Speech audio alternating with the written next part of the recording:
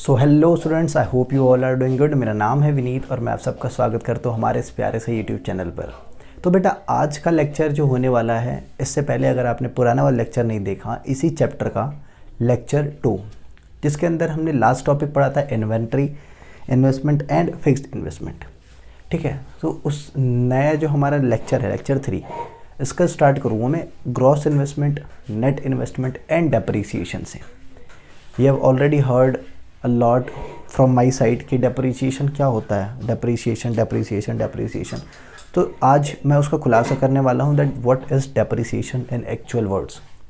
ठीक है, उससे पहले हम समझ लेते हैं ग्रॉस इन्वेस्टमेंट क्या होता है। देखो, पहले समझ लो, फिर मैं लिखवा दूँगा, उसकी कोई दिक्कत नहीं है। So students, what is gross investment?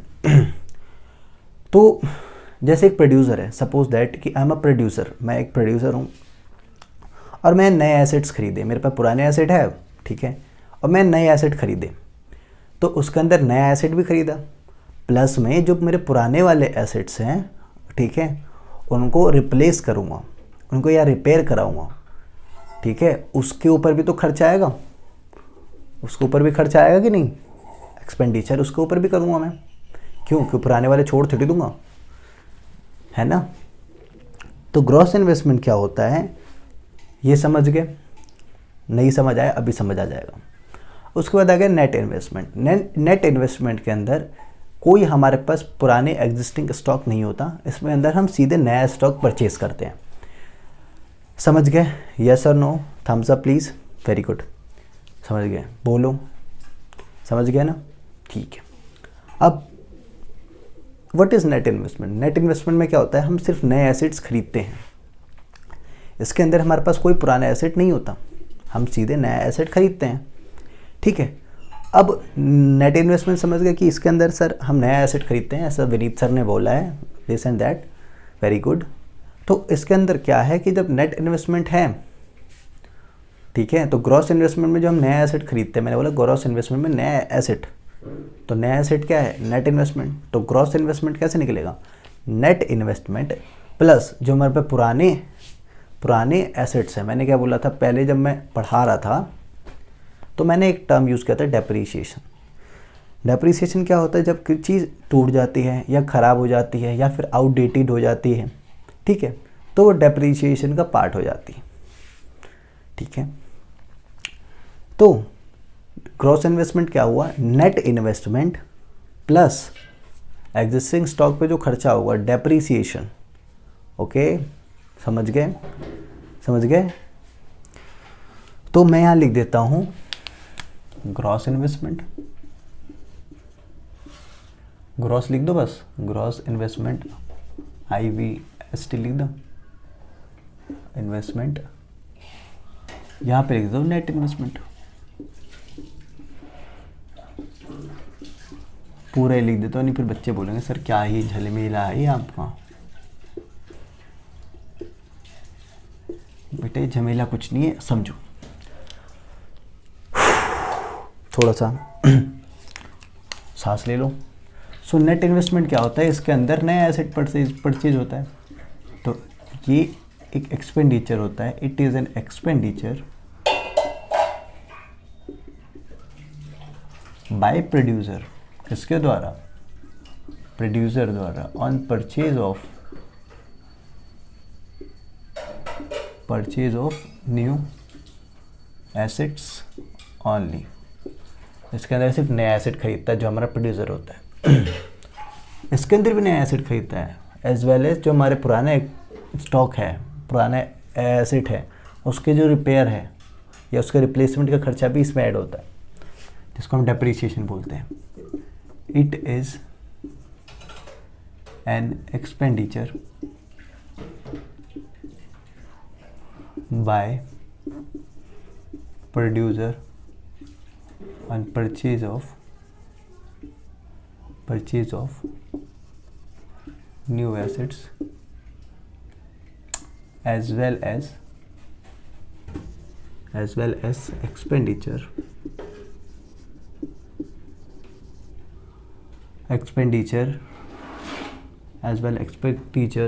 on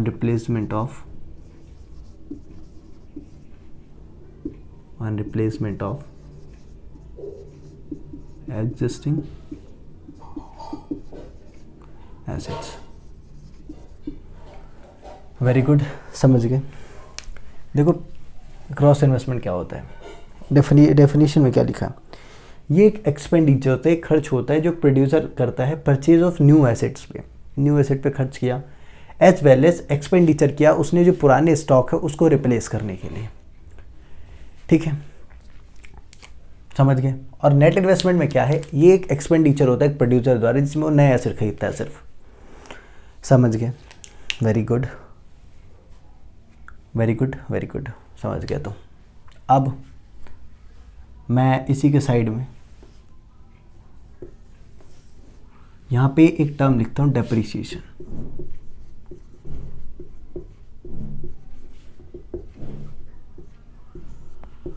what is depreciation? जब मैं कोई चीज़, कोई वस्तु, कोई मशीन, कोई प्लांट खरीदता हूँ, ठीक है, उसको मैं यूज़ करूँगा, उसकी वैल्यू में कुछ गिरावट आएगी। जो मैंने फिक्स एसेट खरीदा उसकी जो वैल्यू है उसमें कुछ गिरावट आएगी अगर मैं कुछ टाइम पीरियड के लिए उसको यूज़ करूँगा, तो उसी को क्या बोलेंगे, डेप्रिसिएशन, अर्थात लॉस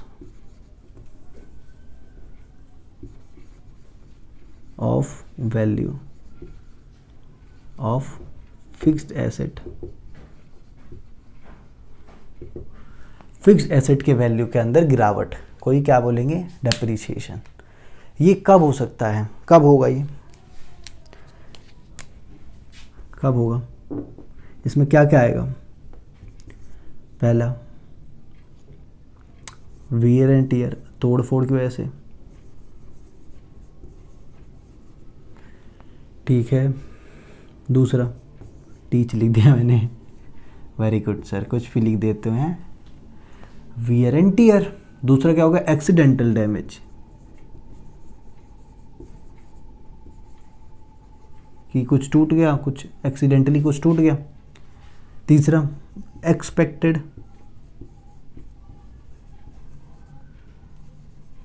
ऑब्सोलेंस, ठीक है। एक्सपेक्टेड ऑब्सोलेंस में दो होते हैं, एक्सपेक्टेड ऑब्सोलेंस में दो चीज़ को काउंट करते हैं हम। पहला हो गया चेंज इन टेक्नोलॉजी, या तो टेक्नोलॉजी में चेंज होगा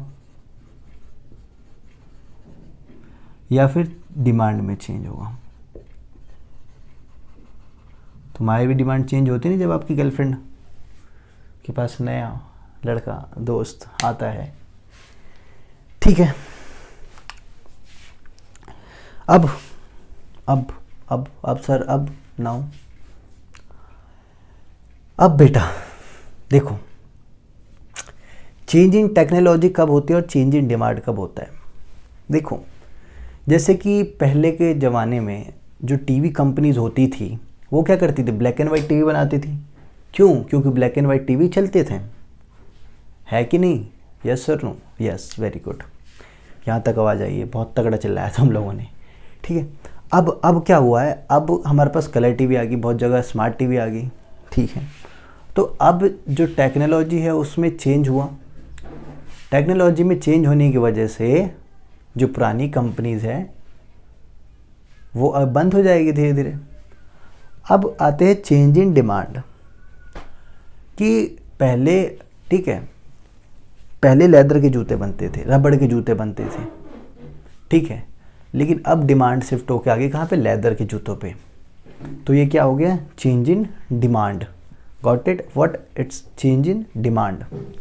अब डिमांड किस चीज़ की है, लेदर शूज़ की, है ना। तो इसको एक बार नोट डाउन कर लो, अगर समझ गए हो तो बहुत बढ़िया है, समझ गए।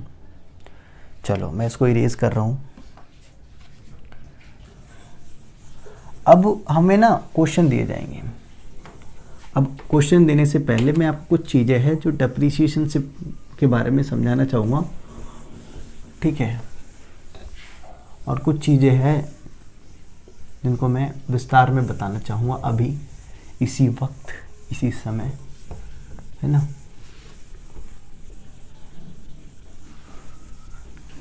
Very good very good very good, ठीक है। तो बेटा मैंने क्या बोला, what is gross investment, what is gross investment,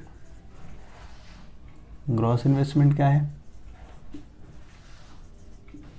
it is net investment, मैंने बोला नया परचेज करते हैं प्लस में डेप्रिसिएशन, यही तो है हमारा ग्रॉस इन्वेस्टमेंट। ग्रॉस इन्वेस्टमेंट क्या कहता है, हम इसमें नया एसेट भी खरीदते हैं प्लस में जो पुराने एसेट है, जैसे कि पुराने एसेट में क्या होगा उसका रिप्लेसमेंट, जब कोई टूट फूट जाएगा जब तो रिप्लेस करूँगा, इसकी टेक्नोलॉजी में आए तभी तो मशीन चेंज करूँगा, डिमांड चेंज होगी जब तो मशीन चेंज करूँगा, तो डेप्रिसिएशन। ठीक है, अब नेट इन्वेस्टमेंट, नेट इन्वेस्टमेंट में क्या होता है, नेट इन्वेस्टमेंट निकालना हो तो कैसे निकालेंगे, हमारे पास ग्रॉस इन्वेस्टमेंट दे रखा है, उसमें से अगर मैं डेप्रिसिएशन को निकाल दूं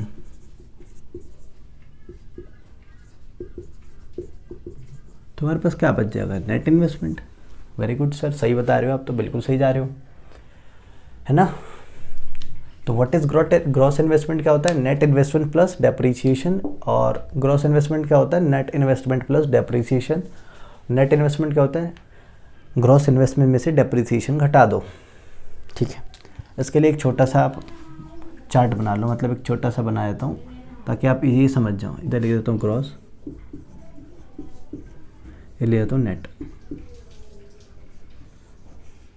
देखो छोटा सा है, ज़्यादा बड़ा नहीं है।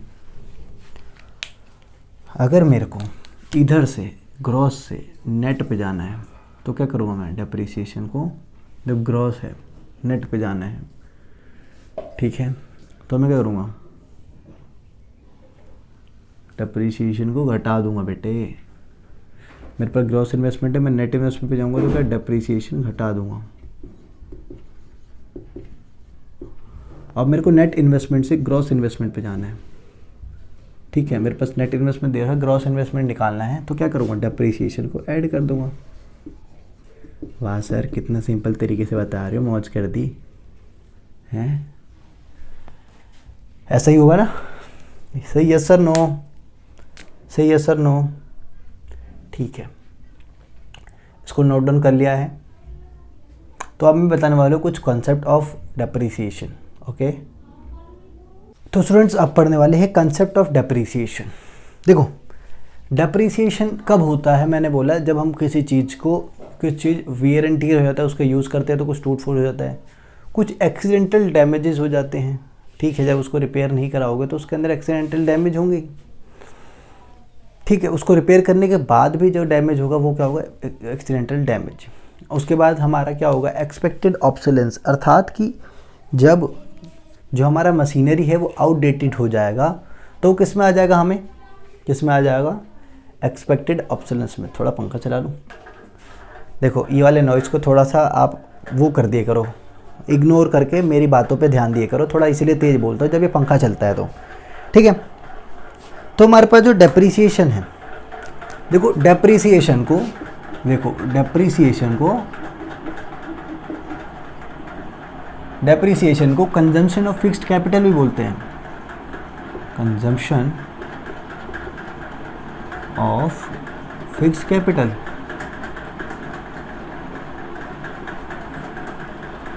ठीक है, तो जब आपके पास डेप्रिसिएशन दिया हो या कंजम्पशन ऑफ फिक्स्ड कैपिटल दिया हो, उस दोनों का अर्थ एक ही होगा। ठीक है, अब जो मैंने रिजर्व जो फंड होगा, जो एक्सपेंडिचर होगा, जो मैं खर्च करूँगा, इस जो टूट फूट हुआ है इसके लिए, जो हमारे एसेट है, जो एसेट है मेरे पास, उसके जो खर्च, उसके जो रिपेयर करने के लिए, उसके जो टूट फूट को रिपेयर करने के लिए जो मैं खर्चा यूज़ करूँगा वो एक फ़ंड होगा। ठीक है, जैसे कि मैंने, जैसे कि इसको मिटा दो सर। ठीक है, कि जैसे मैंने एक मशीन खरीदी 10 लाख की। ठीक है,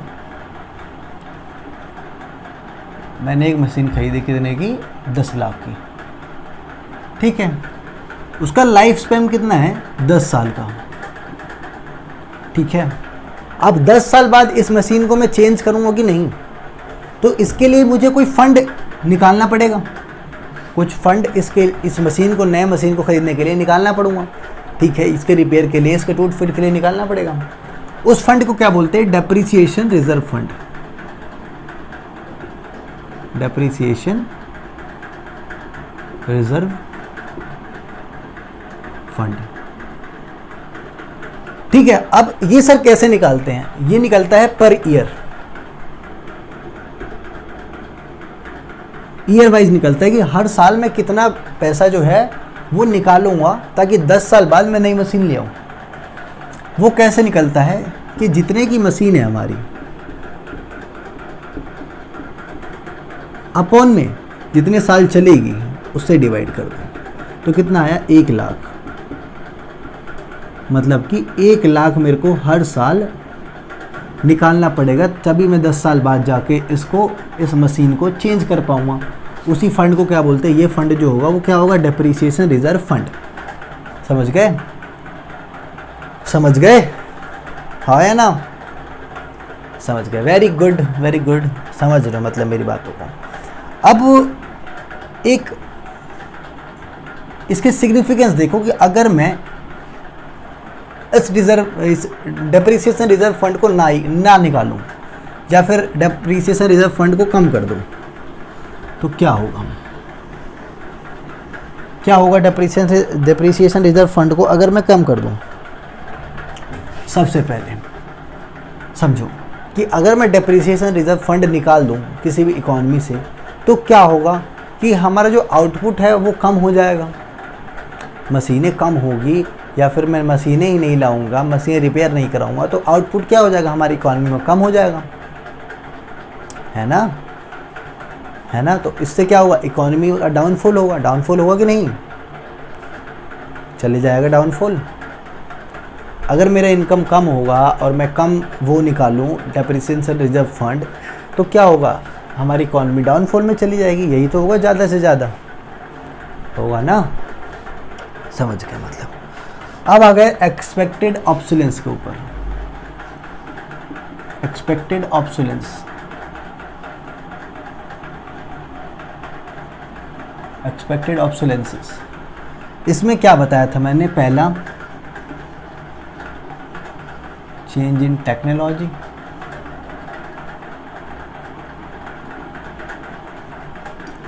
सेकंड था क्या? चेंज इन डिमांड,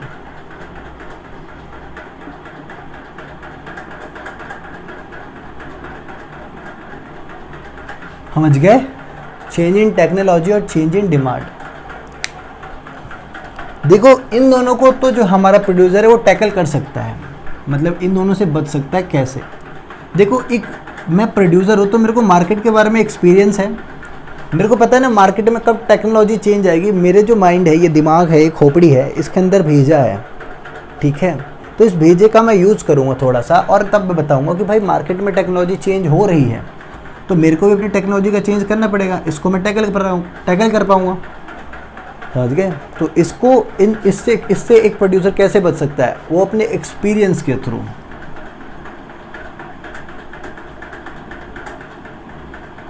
मार्केट में जितना उसका एक्सपीरियंस है उसके थ्रू इससे बच सकता है ना?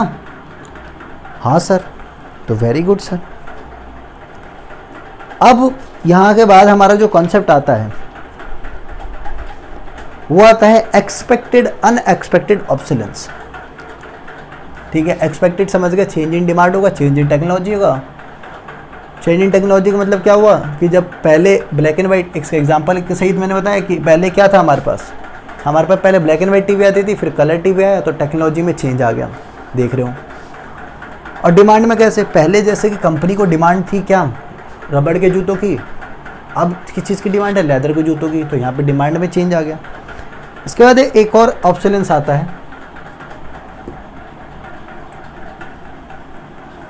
ठीक है, जिसको बोलते हैं अनएक्सपेक्टेड। इसको बोलते हैं अनएक्सपेक्टेड, कि भाई ये एक्सपेक्ट ही नहीं किया था और ये हो गया। ये कब आता है? जब कोई बाढ़ आ गया, ठीक है, कोई नेचुरल कैलामिटी आ गया, जैसे एकदम बारिश आ गई, बहुत तेज बाढ़ आ गया, ठीक है, या फिर मार्केट अचानक से नीचे गिर गई। तो क्या पहला अगर natural calamities,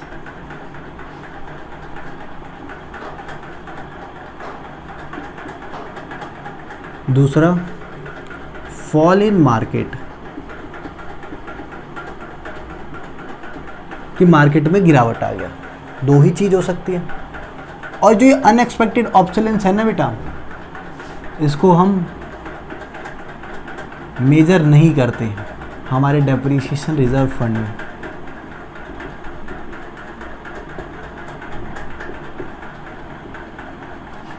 depreciation reserve fund जब हम निकालते हैं तो हमें इसके बारे में नहीं पता चलता, क्योंकि ये तो अनएक्सपेक्टेड है ना।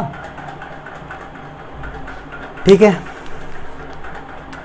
और इसमें हमारे साथ क्या होगा, सीधे कैपिटल लॉस। वैल्यू थोड़ी गिरेगी, सीधे नुकसान ही हो जाएगा पूरा पूरा हमारा। होगा कि नहीं, हो जाएगा। और इसको हम क्या मेजर नहीं करते, देखो फिर से रेड क्रॉस लगा रहा हूँ, मैं मेजर नहीं करते, इसके लिए कोई फंड नहीं निकालते हम। इसके बाद कंसेप्ट आता है स्टॉक एंड फ्लो का, इसको मिटा रहा हूँ। इसको आता है स्टॉक एंड फ्लो का। अब स्टॉक क्या होता है, जैसे लॉकडाउन आया था अचानक से, ठीक है, तो लॉकडाउन में तुम्हारी मम्मियों ने जितने पैसे छुपाए होंगे एक टाइम पे सारे बाहर निकल जाएंगे, निकल जाएगी नहीं, तो वही स्टॉक होता है। स्टॉक अर्थात कि आपके पास एक समय पर इस पर्टिकुलर टाइम पे इस समय आपके पास कितने रुपए, अभी आपके पास कितने रुपए है जेब में, 5 रुपये है, 10 रुपये है, 20 रुपये, 100 रुपये, वही आपका स्टॉक हुआ। ठीक है, स्टॉक क्या हुआ, जब आपके पास एक पर्टिकुलर टाइम पे कितना क्वांटिटी मेजर हो रहा है, आपके पास कितने रुपए है अभी एक टाइम पे, उसे क्या बोलूँगा, स्टॉक बोलूँगा। फ्लो क्या होगा, फ्लो। अब एक कॉन्सेप्ट मैंने बताया कि स्टॉक एंड फ्लो का, स्टॉक एंड फ्लो का। फ्लो क्या होता है कि एक पीरियड ऑफ टाइम के अंदर आपके पास कितने पैसे आ गए, समझ गए, कि आपके पास एक घंटे में आपके पास कितने पैसे हो सकते हैं, एक दिन में, एक महीने में, एक हफ्ते में, एक साल में आपके पास कितने रुपए हैं, उसको क्या बोलेंगे, फ्लो। तो फ्लो के अंदर हम क्या है, पीरियड ऑफ टाइम होता है।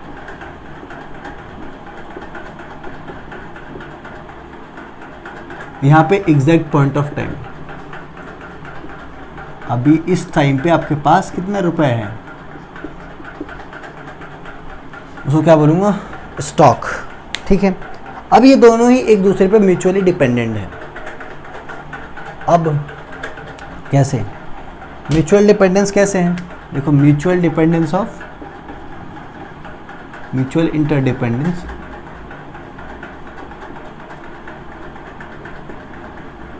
Of stock and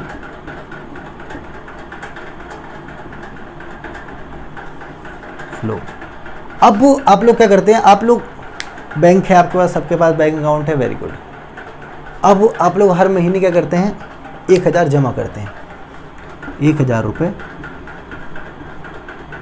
per month जमा करते हैं। तो अभी ये क्या है, पर मंथ, एक पीरियड ऑफ टाइम में आप कितना, इसकी क्या हो गया, फ्लो हो गया। ठीक है, अब आज से 1 साल बाद आपके पास कितने रुपए हो जाएंगे, 12,000। वो क्या हो जाएगा, stock at point of time, उस टाइम पे आपके पास कितने पैसे हो जाएंगे, स्टॉक। समझो कि आज आपने जमा करना चालू किया हर महीने, और आपके पास उस दिन जब आप बैंक में जाओगे, जिस दिन आपने एग्जैक्ट डेट रखा था, तो उस दिन आपके पास कितना पैसा हो जाएगा, 12,000, वो अब हो जाएगा आपका स्टॉक। फिर अब धीरे धीरे फिर से एक महीने, हर महीने विड्रॉ करने लगे, 1000 रुपये क्या करने लगे, विदड्रॉ पर मंथ। फिर ये क्या हो जाएगा, फिर फ्लो हो जाएगा। तो म्यूचुअल इंटरडिपेंडेंस होता है स्टॉक एंड फ्लो के ऊपर।